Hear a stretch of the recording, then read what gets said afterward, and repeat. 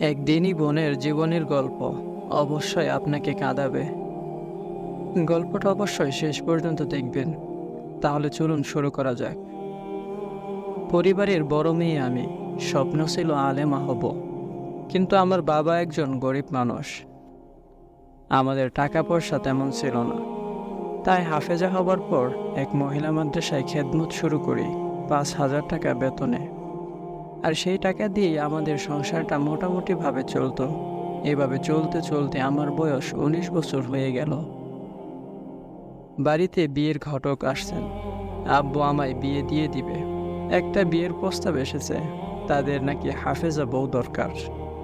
আমি বললাম, আব্বু ছেলের মুখে দাঁড়িয়ে আছে তো, নামাজ ঠিকঠাক মতো পড়ে তো? আব্বু বললেন, তোকে যখন দেখতে আসবে তখন দেখে নিস। আমাকে দেখতে আসলো, কিন্তু ছেলের মুখে দাড়ি নেই, তবে নামাজ পড়ে 5 ওয়াক্ত। ছেলে ওয়ালটন কোম্পানিতে চাকরি করে। আব্বুকে বললাম, আব্বু আমি এই বিয়ে করব না। আব্বু বললেন, কেন? সব কিছু তো ভালোই আছে। আমি বললাম, ধনী মানুষ আমার তেমন পছন্দ না, আর ছেলের বাবার কথাবার্তাও তেমন সুবিধের নয়। ছেলের মুখে দাড়ি নেই, তবু বাবা আমায় বললেন, মা বিয়েটা করে নে। তখন আমি এমন এক পরিস্থিতির শিকার ছিলাম যেন আব্বা আমাকে বিয়ে দিতে পারলে টেনশন মুক্ত। আব্বুর দিকে তাকিয়ে নিজের স্বপ্নকে বিসর্জন দিয়ে বিয়ের পিঁড়িতে বসলাম। বিয়েটা হয়েও গেল। কিন্তু বিয়ের পরে আমার সবচেয়ে মূল্যবান কাজ নিজেকে পর্দার ভেতরে রাখা। দিন দিন সেটাই কঠিন হয়ে পড়ল।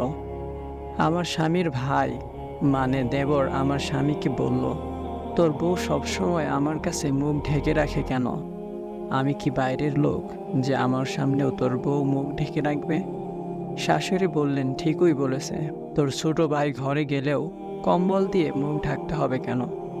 তোর বউ পর্দাশীল সেটা ভালো কথা, কিন্তু তোর ভাই নিজের লোক, এখানে তার পর্দা করতে হবে কেন?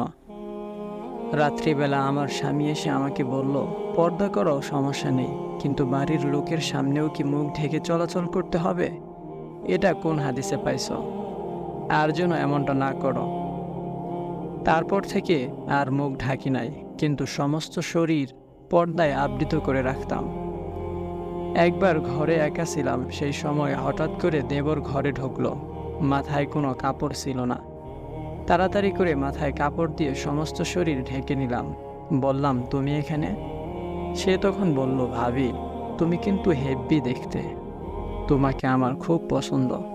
আমি বললাম, কি জন্য এখানে এসেছ? দেবর বলল, বারে ভাবির সাথে একটু গল্প করা যাবে না বুঝি? খুব সংকোচ বোধ হতো। দেবর তো গায়রে মাহারাম পুরুষ, মুখে কিছু বলতে পারতাম না।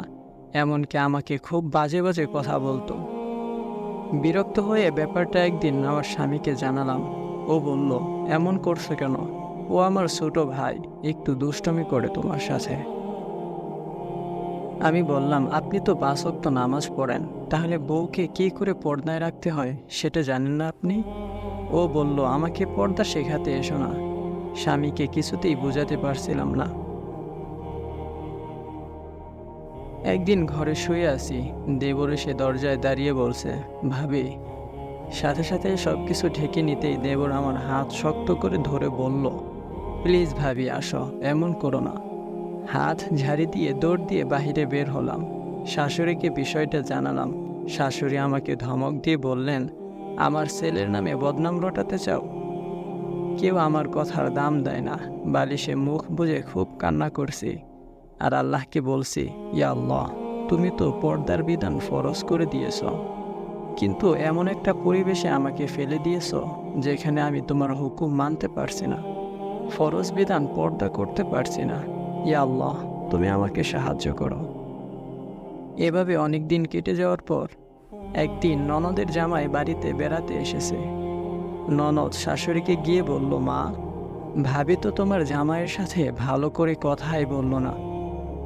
আমরা তো নিজেদের ভেতরের লোক, আমাদের সামনেও কি পর্দা করতে হবে? শাশুড়ি বললেন, ঢং এগুলা বুঝলি, ঢং। রাতের খাওয়া দাওয়া শেষে সবাই মিলে লুডো খেলতে বসেছে। তখন দুলাভাই বলছে, কি রে শালাবাবু, তোর হুজুরনি বউকে নিয়ে আয়, লুডো খেলি। আমার স্বামী আমার কাছে এসে বলল, চলো গিয়ে লুডো খেলি। আমি বললাম, শরীরটা তেমন ভালো নেই, আমি খেলবো না। স্বামী জোর করে সবার সামনে নিয়ে গিয়ে লুডো খেলতে বসালো। দেবর আমার পাশে বসেছে। দুলাভাই আমার মুখের দিকে ঢ্যাপ ঢ্যাপ করে তাকিয়ে আছে। সময় সুযোগ বুঝে দেবর আমার কোমরে হাত দেওয়ার চেষ্টা করছে। আমার রাগ উঠে গেল। রাগ করে নিজের ঘরে চলে গেলাম। শাশুড়ি রেগে গিয়ে বলল, কি মেয়ে বিয়ে করে আনছিস? গুরুজনকে মানে না, এমন মেয়ে বিয়ে করে আনছিস কেন? আমার স্বামী রেগে গিয়ে রুমে এসে জোরে আমার গালে ঠাস করে একটা থাপ্পড় মারল। সাথে সাথে 5টা আঙুলের দাগ বসে গেল গালে। স্বামীর থাপ্পড় কেন খেলাম জানেন? কারণ আমার অপরাধ পর্দা করে চলা, দেবরের সাথে ফষ্টি নষ্টি না করা। বিয়ের 3 মাস এভাবে অতিবাহিত করলাম, কিন্তু পর্দা মেনে চলতে পারছি না। একদিন আমার স্বামী বাহিরে যাবে 2 দিনের জন্য। এশার নামাজ পড়ে আমার শাশুড়ি এবং দেবরকে খেতে দিলাম। খাওয়া দাওয়া শেষ করে নিজের ঘরে গিয়ে বিছানা ঝাড়তেছি, এমন সময় দেবর এসে বলল, ভাবি, দরজাটা খোলা রেখো, গভীর রাত হলে আসবো। বসতে আর বাকি রইল না কি করতে চাই। তাই রাতে ভালো করে দরজা লাগিয়ে দিয়ে একটা টেবিল দরজার সামনে দিলাম, যেন সহজে দরজা খুলতে না পারে। সকালবেলা দেবর এসে ঠাস করে একটা থাপ্পড় দিয়ে বলল, তোকে বললাম দরজা খোলা রাখতে, তুই খুলে রাখলি না, তোর শরীরে দেমাগ দেখবো আমি। জীবন্ত একটা লাশে পরিণত হলাম এই 3 মাসে। ভেবেছিলাম পরিবারটাকে ইসলামিক অনুযায়ী তৈরি করব, কিন্তু সবার কাছে মূল্যহীন আমি। শাশুড়ি কাজের বুয়ার মতো হুকুম করছে, স্বামী ইচ্ছে হলে আমাকে ধরে প্রহার করছে, দেবর ধরে মারছে তার সাথে বিছানায় না যাওয়ার জন্য। একদিন দুধওয়ালা এসেছে দুধ দেওয়ার জন্য। শাশুড়ি বললেন দুধ নিয়ে আসতে, কিন্তু মুখ ঢেকে নেওয়ার জন্য ঘরে কাপড় আনতে গেলাম। শাশুড়ি আমাকে বকা দিতে লাগলেন, কি এমন রূপের রহস্য তোর যে মুখ ডাকতে হবে? অনেক ভেবে চিনতে দেখলাম এই স্বামী এবং এই সংসার, এগুলো আমার জাহান্নামের কারণ হবে। তার গোটা পরিবার একটা জাহান্নামের অগ্নিকুণ্ড। তাই পালিয়ে আসলাম স্বামীর বাড়ি থেকে। মা বাবা খুব বকাবকি করতে লাগলেন। আমি মা বাবাকে কেঁদে কেঁদে বললাম, মা, আমি তো কোরআনের হাফেজা, আমি আবার মাদ্রাসায় চাকরি করে বাকি জীবনটা পার করে দিব, তবু ওই মডার্ন ধনী লোক মোটা অঙ্কের চাকরি করা স্বামী আমার দরকার নেই। আমার এই 5,000 হালাল টাকায় তার থেকে অনেক বেশি প্রশান্তি। শেষে ইতি টানলাম উক্ত সংসারের।